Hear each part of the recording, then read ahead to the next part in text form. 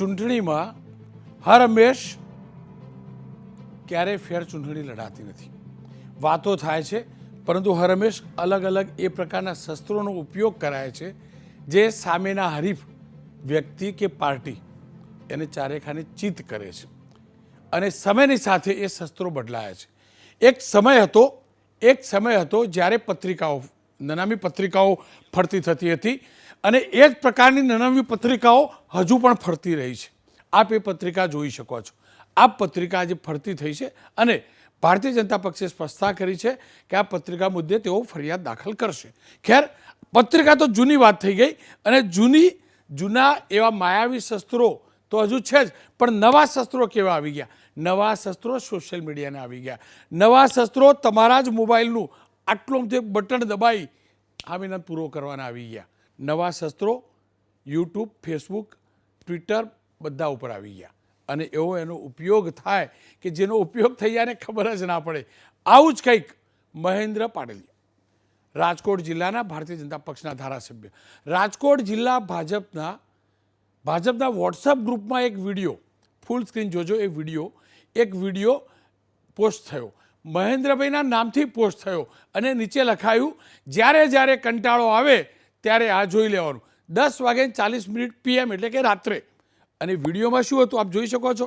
Rajkot district બીજેપીનું આ group અને એની અંદર મહેન્દ્રભાઈના નામથી જ, મહેન્દ્રભાઈના મોબાઈલ નંબરથી જ જે સેવ કરેલો છે એ મહેન્દ્રભાઈનું નામ અને એ નામથી જ અને કેટલા લોકો, 77 લોકો, કેટલાક સિનિયર નેતા પણ હતા. આ વિડીયો પોસ્ટ થયો અને સ્વાભાવિક રીતે જ એ વિડીયો બહુ ચોંકાવનારો હતો. એ વિડીયો તો હાર્દિક પટેલે જે જૂનો ઇન્ટરવ્યૂ આપ્યો હતો, જ્યારે ભાજપને જેટલું જોખતા આવડે એટલું જોખી બોલતા હતા મહાશય, યુવા નેતા, ત્યારનો હતો. અને વિડીયો પણ કેવો વિડીયો પ્લે થયો ને, ઓડિયો જે સાંભળે ને એ ચોંકી જાય. જો તો ખરા ઓડિયો, હું ફરીથી કહું, ઓડિયો પ્લે કરું છું પણ એ સ્પષ્ટતા કરી દઉં. હાર્દિકભાઈ જ્યારે કમલમમાં નહોતા પહોંચ્યા ને એ પહેલાં આવું બોલતા હતા. આવો જોઈ લે કયો વિડીયો ભારતીય જનતા પક્ષના ધારાસભ્યના નંબર ઉપરથી પોસ્ટ થયો ભાજપના ગ્રુપમાં. તમને ભાજપ સારી લાગે છે? આટલા બધા પેપર લીક છે, તમને ભાજપ ગમે છે? આટલા બધા યુવાનો બેરોજગાર છે, તમને ભાજપ ગમે છે? સૌરાષ્ટ્રના ખેડૂતોને આગમાં પાક વીમો નથી મળતો, શું ભાજપ ગમે છે? જે પેટ્રોલ, ખેર, આ વિડીયો છે. અમે એટલે જ મહેન્દ્રભાઈને પૂછ્યું કે સચ્ચાઈ છે શું? આવું માનવામાં તો આવે જ નહીં. ભાજપના જ ધારાસભ્ય, એ હાલ જે ભાજપના જ ધારાસભ્ય બની ચૂક્યા છે એવા શ્રીમાન હાર્દિકભાઈ માટે આવો કોઈ વિડીયો મૂકે? ના મૂકે. ભૂલ હતી કે કોઈએ એમના મોબાઈલનો દુરુપયોગ કર્યો, બસ આ જ શસ્ત્રો છે, એનાથી નેતાઓએ સાચવવું પડશે. અલગ અલગ પ્રકારના શસ્ત્રો છે અને શસ્ત્ર ભૂલથી આપણાથી ઉપયોગ ન થાય એ પણ ધ્યાન રાખવું પડે નેતાએ. એટલે લાગ્યું કે આ મુદ્દે ચર્ચા કરવી જરૂરી છે. મારી સાથે મહેન્દ્રભાઈ ખુદ જોડાયા હતા, એમની સાથે વાત કરી છે. જગદીશભાઈ, કારણ કે જગદીશભાઈની રિપોર્ટરે ઇન્ટરવ્યૂ કરેલો હતો અને જગદીશભાઈ સારી રીતે જાણે છે કેવા નામી અનામી બેનામી શસ્ત્રોનો ચૂંટણીમાં ઉપયોગ થાય. પાર્થેશભાઈ પોલિટિકલ કન્સલ્ટન્ટ છે. શરૂઆત મહેન્દ્રભાઈએ શું કહ્યું ને એ વિડીયો મુદ્દે, આ શસ્ત્રોનો ઉપયોગ દુરુપયોગ મુદ્દે એનાથી વાત કરી લઈએ. મહેન્દ્રભાઈ નમસ્કાર, આપનું સ્વાગત છે. આ જે વિડીયો આવ્યો હાર્દિક પટેલનો, જે તમે તમારા નંબરથી બીજેપીના ગ્રુપમાં પોસ્ટ થયો, એની સત્ય હકીકત છે શું? કોણે આ પોસ્ટ કર્યો? હકીકત છે શું?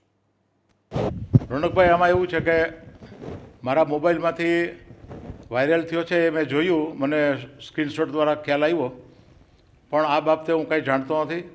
મેં પર્સનલી નથી કર્યો. મારા મોબાઈલનો કોઈ દુરુપયોગ કર્યો હોય અથવા તો કોઈ આ બધી સોશિયલ મીડિયાની ટેકનિકનો કોઈ દુરુપયોગ કરીને આ પ્રકારે કોઈએ આ કૃત્ય આચર્યું છે. બાકી મેં સાંભળ્યું નથી અને મને કશી ખબર પણ નથી. મહેન્દ્રભાઈ, આપના ધ્યાનમાં ક્યારે આવ્યું કે બીજેપીના ગ્રુપમાં આપના નંબરના નામથી વિડીયો પોસ્ટ થયો છે અને આપનું પહેલું રિએક્શન શું હતું? એટલે મને આજે આ કોઈ ચેનલના કોઈ દ્વારા જાણ કરવામાં આવી કે આ પ્રમાણે છે, એટલે મને ખરે આઘાતને આશ્ચર્ય થયું કે આવું કોઈ હું જાણતો નથી, આવો વિડીયો મેં સાંભળ્યો પણ નથી અને મેં પોતે આ કંઈ ફોરવર્ડ કર્યો નથી. અને આ જિલ્લા ભાજપનો ગ્રુપ છે, રેગ્યુલર એમાંથી કોઈ મેસેજ મારે મૂકવાના હોય ત્યાંથી અમને કોઈ સૂચના આવતી હોય, એના સિવાય કોઈ અમારા ગ્રુપનો ઉપયોગ કરતો નથી. તો આ મોબાઈલ, મારા મોબાઈલમાંથી આ કેવી રીતે ત્યાં વાયરલ થયો એ મારા માટે આઘાત અને આશ્ચર્ય અને દુઃખની વાત છે. મહેન્દ્રભાઈ, ઘણા દિવસ પહેલાંની કદાચ આ પોસ્ટ છે અને આજે જ આટલા દિવસ પછી ચર્ચામાં આવી. તમને ક્યાં આશંકા લાગે છે એ પાછળનું કારણ? મને લાગે છે કે મારું બહુ નોલેજ નથી રોનકભાઈ, કે આ સોશિયલ મીડિયા અને આ ટાઈપની જે સાયબર એક્ટિવિટી કે આપણે ક્રાઇમ એમ ન કહીએ તો એક્ટિવિટી અથવા તો કોઈ પણ રીતે ટેકનિકનો દુરુપયોગ કરીને કોઈએ મારો આ તકનો લાભ લઈ લીધો અને મને બદનામ કરવાનો કોઈ ઈરાદો હોય એવું મને લાગે છે. મહેન્દ્રભાઈ, આપ રાજનેતા ઓછા ને શિક્ષણ શાસ્ત્રી વધુ છો, એટલે સવારે રીતે જ આ કાવા દાવાને સમજવા તમારા મારા જેવા વ્યક્તિ માટે અઘરા અને મુશ્કેલ હોય. પણ આ શસ્ત્ર સોશિયલ મીડિયાનો દુરુપયોગ કેટલો ઘાતક રાજનીતિમાં? બહુ સાચી વાત છે. હમણાં રોનકભાઈ આપને કહું કે અમારું જ્યારે વિધાનસભાનું ગૃહ ચાલુ હતું ત્યારે એક બહુ સુંદર આયોજન થયું કે સાયબર ક્રાઇમના સંદર્ભમાં એક નાટક રજૂ કરવામાં આવ્યું. સુરતની પોલીસની ટીમે એક બહુ સુંદર નાટક રજૂ કર્યું. એવા 4 અલગ અલગ પ્રકારના સાયબર ક્રાઇમમાં કઈ રીતે દુરુપયોગ થાય એનું પણ અમને માહિતી આપવામાં આવી. તો એમાં ઘણું બધું અમને જાણવાનું મળ્યું. તો આમાં ઘણી બધી બાબતો છે કે સોશિયલ મીડિયા અને સાયબર ક્રાઇમનો દુરુપયોગ ઘણી રીતે થઈ શકે છે. આપણે પણ બહુ એલર્ટ રહેવું પડે કે આપણા મોબાઈલનો કંઈ ને કોઈ રીતે ક્યાંયથી ઝડપથી કોઈ હાથમાં લઈ લે ને આપણું ધ્યાન ન હોય અને મિસયુઝ કરી લે એવી સંભાવના પણ વધી ગઈ છે. અને આ દ્રષ્ટિથી એક જનરલ વાતાવરણ સોશિયલ મીડિયાનું ખૂબ જ દૂષિત થયું હોય એવું મને લાગે છે રોનકભાઈ.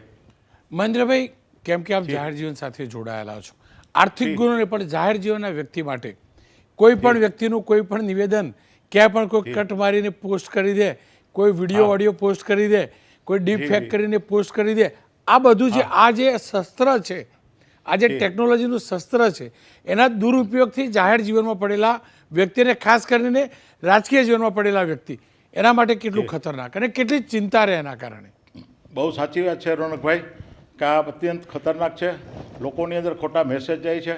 આજે હું એટલી બધી મારા વિસ્તારમાં મોટે ભાગે પૂર્ણ સમય હાજરી આપીને ખૂબ મહેનત કરું છું અને લોકોના પ્રશ્નોને વાચા આપવાનો પ્રયત્ન કરું છું. સરકારમાંથી પણ મને ખૂબ સહયોગ મળે છે. છતાં પણ કોઈને કોઈ રીતે આ પ્રકારે ક્યાંક ને ક્યાંક મારી બદનામી થતી હોય. હવે આવા પ્રયત્નો સોશિયલ મીડિયા દ્વારા થતા હોય છે. એક અંતિમ સવાલ, ચૂંટણી સામે છે, આપ રાજનેતા છો, ભાષણો પણ દુનિયાભરના થશે, ટેકનોલોજીનો દુનિયાભરનો ઉપયોગ દુરુપયોગ પણ થશે. કેટલી ચિંતા રહે કે આપણું નિવેદન કોઈ ટ્વિસ્ટ ન કરી દે, કોઈને ડીપ ફેક ન કરી દે, કોઈ ઓડિયો ચેન્જ કરીને ન કરી દે, કોઈ કટ કરીને ફરતું ન કરી દે? કેટલી ચિંતા રહે? બહુ જ ચિંતા રહે છે. અને મારા જેવા જે સ્ટ્રેટ ફોરવર્ડ મારું જનરલી મારું લાઈફ એકદમ સ્ટ્રેટ ફોરવર્ડ રહ્યું છે એટલે મને તો આ બધી બહુ ચિંતા રહે છે. રાજનીતિમાં મને ખૂબ આનંદ પણ આવે છે. લોકોના પ્રશ્નોને વાચા આપી, લોકોની વચ્ચે રહેવું, લોકોનું સોશિયલ એન્જિનિયરિંગ અને સોશિયલ સાયકોલોજી, સોશિયો પોલિટિકલ સર્વે કરવાનું મને ગમે છે. પણ છતાંય આવી બાબત આવે ત્યારે આપણે એમ થાય કે આ ચિંતાનો વિષય છે અને આમાં બહુ એલર્ટ રહેવું પડે, ધ્યાન પણ રાખવું પડે. મહેન્દ્રભાઈ, પક્ષમાંથી કશું કહેવામાં આવ્યું આ ઓડિયો વિડીયો ફરતો થયો એના પછી? ના, હજી મને પક્ષમાંથી કોઈએ કીધું નથી. પણ અમારા જિલ્લા ભાજપના મહામંત્રીએ મને કીધું કે તમે સાહેબ એલર્ટ રહ્યો. તમારી બાબતમાં તો બધાને લોકોને ખૂબ જ લાગણી છે, માન પણ છે, પણ છતાંય આપણે એલર્ટ રહેવું જોઈએ. મેં કબૂલ કર્યું કે સાચી વાત છે, મારે એલર્ટ રહેવું જોઈએ. હજી તો ચૂંટણી જાહેર નહીં થઈ અને આવું બધું ચાલુ થઈ ગયું. ચૂંટણી જાહેર થયા પછી શું નહીં થાય? ખેર, હજી તો કયા ઉમેદવારની સામે કયા ઉમેદવાર એ કોઈ જાણતું નથી. ખાલી પક્ષની સામે પક્ષ જાણે છે. છતાં બધા ખેલ ચાલુ થયા. બહુ બધું થશે આવું, અને એટલે જ લાગ્યું કે આ મુદ્દે ચર્ચા કરવી જરૂર છે. જગદીશભાઈ મારી સાથે જોડાયા છે અને પાર્થેશભાઈ જોડાયા છે. પાર્થેશભાઈ કન્સલ્ટન્ટ છે, સોશિયલ મીડિયા કન્સલ્ટન્ટ છે, એમની સાથે તો વાત કરીશ, પણ જગદીશભાઈ સાથે વાત કરું. જગદીશભાઈ, જો આપણા જમાનામાં પેલા ઓડિંગ લાગતા, ઓડિંગ તો પાછળથી આવ્યા, ગળીથી લગતા દિવાલ ઉપર કમળ એટલે કમળ, બીજું બધું રમણ ભમળ, કોંગ્રેસ કા હાથ ગરીબ કે સાથ, આવું બધું લખતા. આ સીધો પ્રચાર હતો. પછી પેલી પત્રિકાઓ ચાલુ થઈ અને પત્રિકાઓ તો આપણે જાણીએ જ છીએ, હામાહામી નહીં થતી, ગરમન ગરમ જ થાય. હજી પત્રિકાઓ તો હજી ચાલુ છે, પણ આ નવું મોબાઈલવાળું આવ્યું, કેટલું ઘાતક! અને તમને શું લાગે, આ મોબાઈલમાં ભૂલથી અપલોડ થઈ જાય? કોઈક મસ્ત મજાનો વ્યક્તિ, મોબાઈલ બીજાના હાથમાં તો ગયો હોય તો નજીકનો જ વ્યક્તિ હોય, મસ્ત મજાનો નજીકનો વ્યક્તિ લાભ લઈ જાય? તમે શું માનો?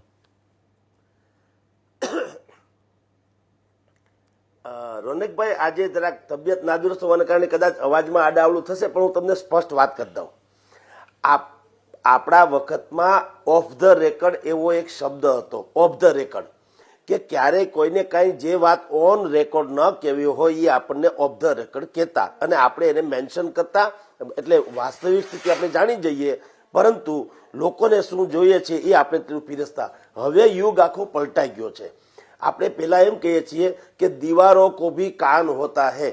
હવે દીવારો કો કાન નહીં, દરેક કાનની પાછળ એક મોબાઈલ નામની દિવાલ આવી ગઈ છે અને એ દિવાલ ઉપર તમે જે બોલો એ પથ્થર કી લકીર સાબિત થઈ જાય છે. મહેન્દ્રભાઈ પાડલિયાના કેસમાં આવું થયું છે.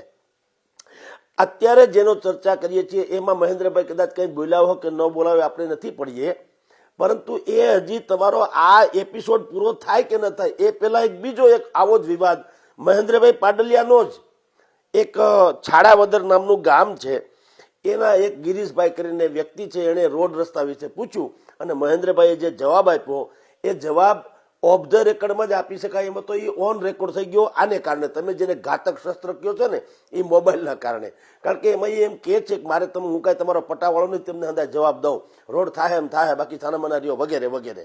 હવે પછી એ શસ્ત્ર પણ તમે કીધું એમ જગ જાહેર થઈ ગયું, વાયરલ થઈ ગયો અને મહેન્દ્રભાઈએ પાછી એની ક્ષમા યાચના કરવી પડી. એટલે હવે આપણે એમ કહીએ ને કે આ શસ્ત્રથી ઘાતક છે. એક રીતે જુઓ તો ઘાતક છે, જો એનો દુરુપયોગ થાય તો એમાં સાયબર ક્રાઇમ વાળું એનો ઇસ્યુ છે, પરંતુ હવે કાંઈ છાનું છૂપનું રહેતું નથી, એ વાત તો હકીકત છે. આપણે જૂના જમાનામાં કહેતા કે મુલ્લા જાકે બાંગ પોકારે ક્યાં અલ્લાહ तुम्हारा नहीं सुनता है, અને પછી એમ કહે છે કે ચીટી કે પાવ મેં પાયલ બાજે वो भी अल्लाह सुनता है.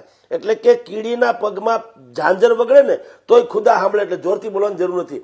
અત્યારે આવી સ્થિતિ મોબાઈલને કારણે થઈ ગઈ છે કે તમારા મનમાં રહેલી વાત તમે ઓફ ધ રેકોર્ડ ગણીને ગમે તેને ગમે ત્યારે બોલી દો છો. એનો જો આ રીતે વાયરલ થઈ જાય તો તમારે જવાબ દેવો ભારી થઈ પડે છે. સૌરાષ્ટ્રમાં અત્યારે આ બહુ ભયંકર રીતે ચાલી રહ્યું છે. એટલે લોકો શું કરે છે રોનકભાઈ કે પોતાનો આવો કોઈ વાત વાયરલ ન થઈ જાય એટલે હવે એ વોટ્સએપ કોલ કરે છે. વોટ્સએપ કોલ જે હોય છે એ હંમેશા ટેપ થતા નથી હોતા, એને વાયરલ થતા નથી હોતા. એટલે મોટાભાગના લોકો તો હવે વોટ્સએપ કોલ જ કરે છે. અમારા જેવા આપણા જેવા મિત્રો, જેને એક મિત્ર જ આવે કોકને આપણે ફોન કરીને પૂછીએ આપણા સૂત્રોને, તો પણ એ એમ કહે છે કે હું તમને હમણાં ફોન કરું અને અચૂક વોટ્સએપ કોલ જ કરે, કારણ કે એને ખબર છે કે આજે જે મેં ઓફ ધ રેકોર્ડ કરેલી વાત છે ન કરે નારાયણ અને કાલે ઓન રેકોર્ડ આવી જાય તો જવાબ દેવો ભારે થઈ પડે. એટલે જૂના જમાના તમે જેને કહો આ બહુ ઘાતક શસ્ત્ર છે, જૂના જમાનામાં એક શબ્દવેધી બાણ એવો એક વિદ્યા હતી કે તમે એમાં સરનામું લખીને જેને મારો એને જ બાણ લાગે.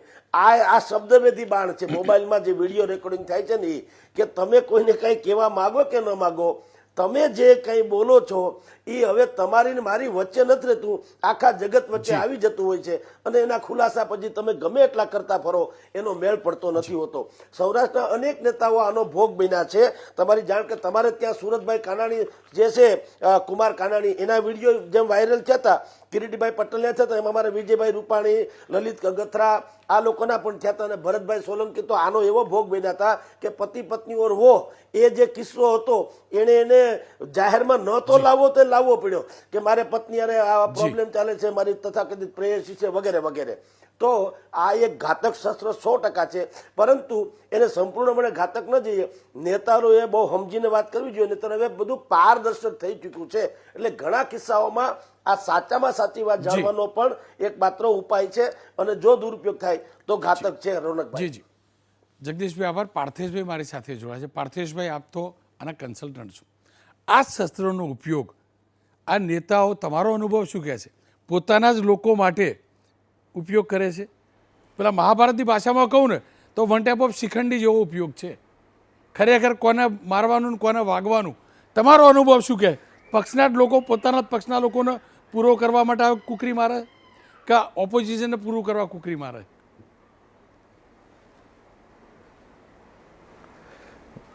રોનકભાઈ, એકચ્યુઅલી સોશિયલ મીડિયાનો ઉપયોગ ને દુરુપયોગની જે વાત કરી, બટ અત્યારે આપણે એ સ્ટેજ ઉપર પહોંચી ગયા છે કે આને એક્સેપ્ટ કર્યા સિવાય છૂટકો નથી.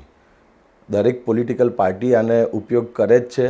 અને તમે કીધું કે અત્યારે વિચારવાની જે વાત છે ને, એ એઆઈ ચેટબોટ જે નવું લેટેસ્ટ જે ટેકનોલોજી અત્યારે આવી રહી છે, અત્યારે તો એક વિડીયો એવો છે કે જે પાસ્ટમાં બોલેલા અને એ અત્યારે પ્રેઝન્ટલી વાયરલ થયો, બટ હવે તો એવા વિડીયોઝ એઆઈની મદદથી બનશે કે જેમાં હું પોતે જ દેખાતો હોઉં, હું પોતે જ જે સ્ટેટમેન્ટ મેં આપ્યા બી ના હોય પણ મારા જ વોઇસમાં એ વિડીયો બની જાય અને પબ્લિકમાં વાયરલ થઈ જાય. તો ગવર્મેન્ટે રૂલ્સ એન્ડ રેગ્યુલેશન્સ જે અપકમિંગ જે ટેકનોલોજી એઆઈને રિગાર્ડિંગ છે એના ઉપર ખાસ આ નિયંત્રણ રાખવું પડશે, નહીં તો ઇલેક્શનમાં બહુ મોટો આનું લોકોને મિસગાઈડ કરીને પોલિટિકલ પાર્ટી, કોઈ બી પોલિટિકલ પાર્ટી યા ફિર પર્ટિક્યુલર કોઈ કેન્ડિડેટને હાર્મફુલ થઈ શકે. અને અત્યારે એક એવું સ્ટેજ આવી ગયું છે દેશમાં કે પહેલાં ઘેર ઘેર તમે પત્રિકાની વાત કરી, ઇવન પહેલાં એવું માધ્યમ હતું કે ટીવી, સૌથી પહેલાં પત્રિકા કંઈ ન્યૂઝ આવે તો ન્યૂઝપેપર નેક્સ્ટ ડે વાંચીએ ત્યારે તો આપણને ખબર પડે કે દેશમાં શું થયું. હવે સોશિયલ મીડિયા આવ્યું એટલે વિધિન અ સેકન્ડ આખા દેશમાં, વર્લ્ડમાં શું ચાલી રહ્યું છે આપણે શોર્ટ ટાઈમમાં જોઈ શકીએ છીએ. હવે વોટ્સઅપના જમાનામાં દેશમાં 90 કરોડથી આસપાસ વધારે વોટ્સઅપ યુઝર્સ છે. તો અત્યારે વોટ્સઅપના જમાનામાં કોઈ પણ નેતાને ઇલેક્શનના એક વીક પહેલાં, એક દિવસ પહેલાં કંઈ બી સ્ટેટમેન્ટ હોય, કંટ્રોવર્સી હોય તો શોર્ટ ટર્મમાં મતલબ સામેવાળાને હરાવવા માટે યા જે બી તમે કહો કે એના માટેની જે સ્ટ્રેટેજી બનાવવાની હોય તો એના માટે વોટ્સઅપ, ફેસબુક, સોશિયલ મીડિયા આ હાઈએસ્ટ ઉપયોગમાં આવતું હોય છે. હવે અમારા જેવા કન્સલ્ટન્ટ, જેમ એડવોકેટનું કામ છે કે પોતાના જે બી ક્લાયન્ટ હોય એને બચાવવો કે જે બી કરવું, એવી રીતના શું કહેવાય કે સ્પોક્સ પર્સનનું કામ છે કે એના પાર્ટીનો પક્ષ રાખવો, એમ ઇમેજ કન્સલ્ટન્ટ, પોલિટિકલ કન્સલ્ટન્ટ કે જે બી તમે કહેતા હોય કે ઇલેક્શન લડવા માટે, જીતાડવા માટે જે બી માણસ એજન્સી હાયર કરતા હોય તો એ લોકોનું કામ છે કે એમના કેન્ડિડેટને ગમે તેમ કરીને જીતાડવા, એ પાર્ટીને ગમે તેમ કરીને જીતાડવા. હવે એના માટે આ બધા શસ્ત્રોનો ઉપયોગ એ લોકો ગમે તે રીતના ઉપયોગ કરતા હોય. જેમ કે કોઈ સ્ટેટમેન્ટ, અત્યારે આપણે 30 મિનિટનો ઇન્ટરવ્યૂ ચાલતો હોય તો એમાં મારો 10 મિનિટ પહેલાંમાં 30 સેકન્ડનો ઇન્ટરવ્યૂ અને પાછળનો 30 સેકન્ડનો કટ કરીને એવી રીતના વાયરલ કરવામાં આવે કે જેનાથી સામેવાળા પ્રેક્ષકોને અલગ રીતના એન્ટરટેનમેન્ટ મળે. અને હવે તમે રોનકભાઈ એક વસ્તુ માર્ક કરી હશે કે જે સિરિયસ પોલિટિક્સ ચાલતું હતું એના કરતાં અત્યારે એન્ટરટેનમેન્ટવાળું કન્ટેન્ટ વધારે ચાલતું થઈ ગયું. રીલ્સમાં, ઇન્સ્ટાગ્રામ હોય, સોશિયલ મીડિયા હોય કે લોકોને છે ને હાઈએસ્ટ એન્ટરટેનમેન્ટ જોઈએ છે. એટલે આવા કટ કરેલા વિડીયોઝ એને સરકાઝમ વેમાં પબ્લિશ કરવા માટે, વાયરલ કરવા માટે હાઈએસ્ટ આવી રીતના પોલિટિકલ પાર્ટીઝ યા એજન્સીઝ ઉપયોગ કરતી હોય છે. અને હાઈએસ્ટ જે ફેક ન્યૂઝ, જે તમે કીધું ને કે ફેક ન્યૂઝ ને કંટ્રોલ કરવાથી હાઈએસ્ટ પબ્લિકને ફાયદો થઈ શકે. જે અત્યારે હું એબીપી અસ્મિતાના માધ્યમથી કોઈ ન્યૂઝ જોતો હોઉં તો મને ટ્રસ્ટ ફેક્ટર લાગે, બટ એ જ વસ્તુ અસ્મિતા ન્યૂઝ કરીને કોઈ નવું એક વેબ પોર્ટલ ક્રિએટ થઈ જાય. હવે લોકોને ખબર બી ના હોય, એની વિશ્વસનીયતા પણ ચેક ના કરી હોય, એવા અત્યારે માર્કેટમાં હજારો ન્યૂઝ પોર્ટલ્સ ખુલી ગયા છે. એ જસ્ટ બિકોઝ એમાં તમને ખબર છે કે ઇન્ટરનેટના માધ્યમથી જે રેવન્યુ જનરેટ કરવા માટે, વ્યૂઝના માધ્યમથી રેવન્યુ જનરેટ કરવા માટે, તો સરકારે આના ઉપર બી ખાસ નિયંત્રણ રાખવાની જરૂર છે. કે ધારો કે કોઈ પાર્ટીમાં કોઈ બી નેતા, કોઈ ધારાસભ્ય હોય કે કોઈ પણ માણસ કોઈ XYZ પાર્ટી છોડીને XYZ પાર્ટીમાં જોડાવાનો હોય, યા આવું સ્ટેટમેન્ટ આપ્યું ના હોય છતાં એવું પબ્લિશ કરવામાં આવ્યું હોય, યા વખત આવો મેનિફેસ્ટો પબ્લિશ ના કર્યો હોય, એની પહેલાં મીડિયામાં રિલીઝ થઈ ગયો હોય, તો જે લોકો જોવે છે એ લોકો એને સાચું જ માનીને 50 જગ્યાએ 100 જગ્યાએ વાયરલ કરે છે. અને વાયરલ કર્યા પછી એનું સોલ્યુશન નહીં આવતું.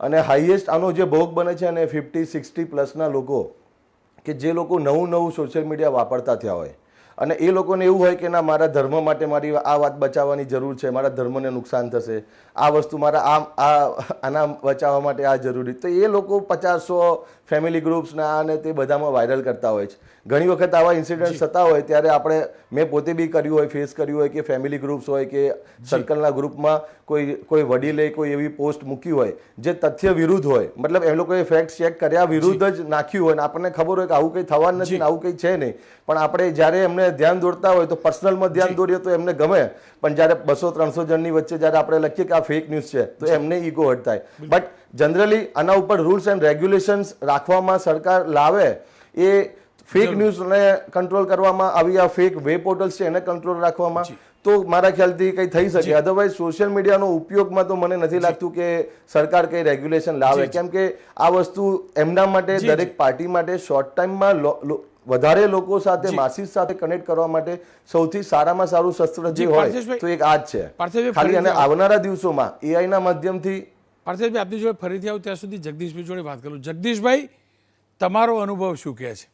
આ શસ્ત્રનો ઉપયોગ નથી કહેતો, દુરુપયોગ સામેના પક્ષને પૂરો કરવામાં વધુ કરે છે નેતાઓ કે પોતાના જ પક્ષમાં, એ કોંગ્રેસ હોય ભાજપ હોય આપ હોય, પોતાના જ પક્ષમાં પોતાના હરીફને પૂરો કરવા વધુ ઉપયોગ કરે છે?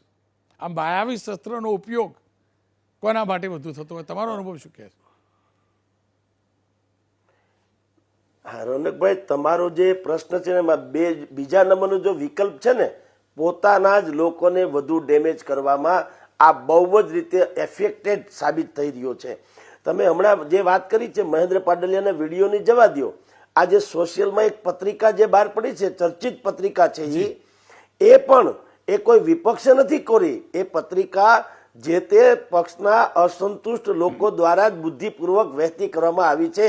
અને એટલા માટે જ ભરતભાઈ બોગરાએ આજે પ્રેસ કોન્ફરન્સ કરી અને કહેવું પડ્યું કે આ કોઈ અસંતુષ્ટ અને પાર્ટી વિરુદ્ધના તત્વનું કામ છે ને અમારે એની સામે એક્શન લેવા પડશે. તો તમે ખ્યાલ આવી ગયો કે આવા બધા જેને આ જે શસ્ત્ર તમે જેને ઘાતક શસ્ત્ર કહો છો એ સૌથી વધુ ઉપયોગ પોતિકા માટે, એટલે કે પોતે જેનાથી હર્ટ થયા હોય તેના માટે કરવા માટે થઈને આનો ઉપયોગ થઈ રહ્યો છે. અને બે બાજુ છે, જેમ કે અર્જુનભાઈ મોઢવાડિયાએ 2-4 દિવસ પહેલા જ્યારે કોંગ્રેસમાંથી ભાજપમાં ભળ્યા તો સૌથી વધુ ટ્રોલ અગર કોઈ થયા હોય તો અર્જુનભાઈ થયા છે. એના દુનિયાભરના વિડીયો રજૂ કરી, પણ લોકોએ એને એટલું મહત્વ નથી આપ્યું જેટલું આ પત્રિકાને આપ્યું છે. એ પત્રિકામાં એમ કહેવામાં આવ્યું છે કે હવે ભારતીય જનતા પાર્ટીના મૂળ જે પાયાના કાર્યકરો છે એ મોવડી મંડળને કહે છે કે હવે કમસે કમ આયાતી લોકો માટે 40%, બુટલેગરો માટે આટલા ટકા, ફલાણા પૈસાવાળા માટે આટલા ટકા, જે આપવા હોય તે પણ અમને 14% અનામત અમને આપજો, જે અમે પાયામાં ધરબાયેલા છે એના માટે. એટલે આ શસ્ત્રનો સૌથી વધુ ઉપયોગ પોતિકા માટે અથવા તો અસંતુષ્ટ હોય તો આપણા ઉપર જ થાય એનું વિશેષ થઈ રહ્યું છે. એટલે આઈટી સેલ જે લોકો મજબૂત બનાવે છે એને હવે એક સાયબર સેલ પણ બનાવવું પડશે રોનકભાઈ. ખેર પાર્થિશભાઈ પણ જો પાર્થિશભાઈ એ પણ તો હકીકત છે, પક્ષો વોર રૂમ બનાવે છે. એવી જ રીતે ભાજપ, કોંગ્રેસ કે આપ કે કોઈ પણ પક્ષ, એના નેતાઓ પોતાનું પણ એક કન્સલ્ટન્સી કંપની રાખે છે. હું તમારા પૂરતી જ વાત નથી કરતો, કન્સલ્ટન્ટની બધા પૂરતી જનરલાઇઝ કરીને જાણવા માગું છું. જે કન્સલ્ટન્ટ રાખે છે નેતાઓ, એ કહેતા તો હશે ને કે સામેવાળાને તો પછી પાડીશું, હાલ ટિકિટની વહેંચણી ચાલે છે, આપણા વાળાને પાડવા માટેની શું ગેમ હોઈ શકે, આ શસ્ત્રોનો ઉપયોગ કેવી રીતે કરી શકાય, કહે છે ખરા? રોનકભાઈ, રાજકારણનો આ ભાગ છે. દરેક માણસને મહત્વાકાંક્ષા હોય, દરેક માણસની પોતાની એક એમ્બિશિયસ હોય, તો રાજકારણના સ્ટ્રેટેજી એક ભાગ હોઈ શકે કે એમ જોવા જઈએ તો ઘણી વખતે કાસ્ટ વાઇઝ સ્ટ્રેટેજી રમવાની હોય. તો આવી રીતના જે જૂના વિડીયો હોય યા નવા વિડીયો હોય યા અપાર્ટ ફ્રોમ કે આને આ કરવાથી આ વસ્તુનો મને લાભ થઈ શકે છે, યા ફિર ઘણી વખત એવું બી થતું હોય કે અમુક નેતા કરતાં વધારે મોટા ચિતરવામાં આવે તો બી પબ્લિકની વચ્ચે યા પાર્ટીમાં હાઈકમાન્ડની વચ્ચે એ પેલું નેગેટિવ સાબિત થાય અને ઓટોમેટિકલી કપાય. એવા બી અમુક ટાઈમે એવા કિસ્સા થતા હોય. યા ફિર ઘણી વખત ટિકિટ મળવાના, સાયલેન્ટલી ટિકિટ મેળવવા માટેના પ્રયાસો ચાલતા હોય અને એને જાણી જોઈને પબ્લિકમાં એક્સપોઝ કરવામાં આવે, યા તો જેના લીધે મળવા પહેલાં જ એનું નામ કપાઈ જાય. તો આ રાજકારણનો ભાગ છે. કન્સલ્ટન્ટ તો ઓલવેઝ અમે લોકો, અમારું કામ એ છે કે અમારે જેની જે જોડે કામ કરીએ યા જે પાર્ટી માટે કામ કરીએ અમે એને લોયલ રહીએ. અમારું કામ છે એને જીતાડવાનું. તો અમને જેટલા અવરોધો લાગતા હોય એને કંટ્રોલ કરવા માટે અમારે જે કરવું પડે, અમારે ઓબ્વિયસલી અમારા ક્લાયન્ટ માટે જે કરવું પડે એ કરવું પડે. અને અમે એની જોડે જેમ ડૉક્ટર જોડે ગયા હોય તો ડૉક્ટરને આપણે કહીએ કે ભાઈ અમારે શું રોગ થયો છે, શું પ્રોબ્લેમ થયો, તો ડૉક્ટર નિદાન કરી શકે. એમ અમે જેની બી જોડે કામ કરીએ તો એની પાસ્ટ, પ્રેઝન્ટ, ફ્યુચર, એની મહત્વાકાંક્ષા શું છે, એને પોતાના કયા વસ્તુ જે આપણી પ્લસ એન્ડ માઇનસ આપણા અમને ખબર હોય તો અમે એમના માટે એ પ્રમાણે ધ્યાન રાખીને કામ કરી શકીએ. તો આ બી એક રાજકારણનો ભાગ છે રોનકભાઈ. તો આમાં હું એવું માનું છું કે તમે જે ક્વેશ્ચન્સ કર્યો એનો આન્સર આ પોલિટિક્સનો ભાગ છે. બિલકુલ. ખેર એ પણ હકીકત છે કે તમારો ક્લાયન્ટ તમારી પાસે દવા માંગવા આવે, દવા પોતાને સાજા કરવાની નહીં, સામેવાળાને બીમાર કરવાની પણ માગે છે. આ પણ હકીકત છે અને આ જ રાજનીતિમાં થઈ રહ્યું છે. જો કે આ નવું નથી. રામાયણ મહાભારતમાં પણ આપણે જોયું છે પડદા પાછળથી પણ યુદ્ધ રમાતું હોય છે અને પડદો હવે બદલાયો છે. યુદ્ધ ભૂમિ બદલાઈ, યુદ્ધ યુદ્ધના મકસદ બદલાયા, યુદ્ધની રીતિ બદલાઈ, યુદ્ધ કરવાની નીતિ બદલાઈ, એટલે જ નવા નવા શસ્ત્રો આવ્યા અને એ શસ્ત્ર સોશિયલ મીડિયા રાજનેતાઓ માટે છે અને એનો મહત્તમ ઉપયોગ ચૂંટણી જાહેર થવાનો છે નક્કી છે. અમારા લોકો માટે પણ મોટો પડકાર એ છે કે એઆઈ અને ડિફેક્ટ ટેકનોલોજીની વચ્ચે કયો વિડીયો સાચો ને કયો વિડીયો ખોટો, કયું હથિયાર કોણ વાપરી અમારા ખભાનો ઉપયોગ કરવાનો પ્રયાસ કરે છે, એ પણ અમારા માટે ધ્યાન રાખવું પડકાર છે. ખેર, પડકાર જે પણ હોય, પણ લડવું હોય ને સામે છાતીએ લડવું જોઈએ.